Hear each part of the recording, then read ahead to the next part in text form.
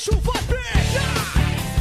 Descola um vírus da Zika aí pra mim, mano. Fala baixo. Que foi? Com dengue todo mundo tá acostumado, mas os homens da vigilância sanitária estão pegando pesado por causa da Zika. Tu quer que eles baixem aqui e acabem com o ponto?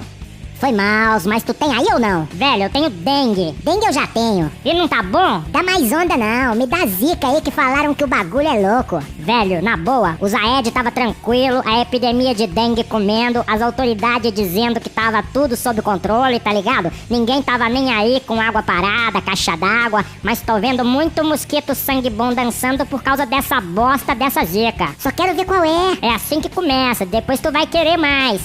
Chikungunya. Tu tem chikungunya? Pss, fala baixo. Chikungunya? Aí, pegou Zika semana passada e já quer outro vírus. Tu quer Zika, é? Quero. Não entra nessa, meu irmão, não faz a besteira que eu fiz.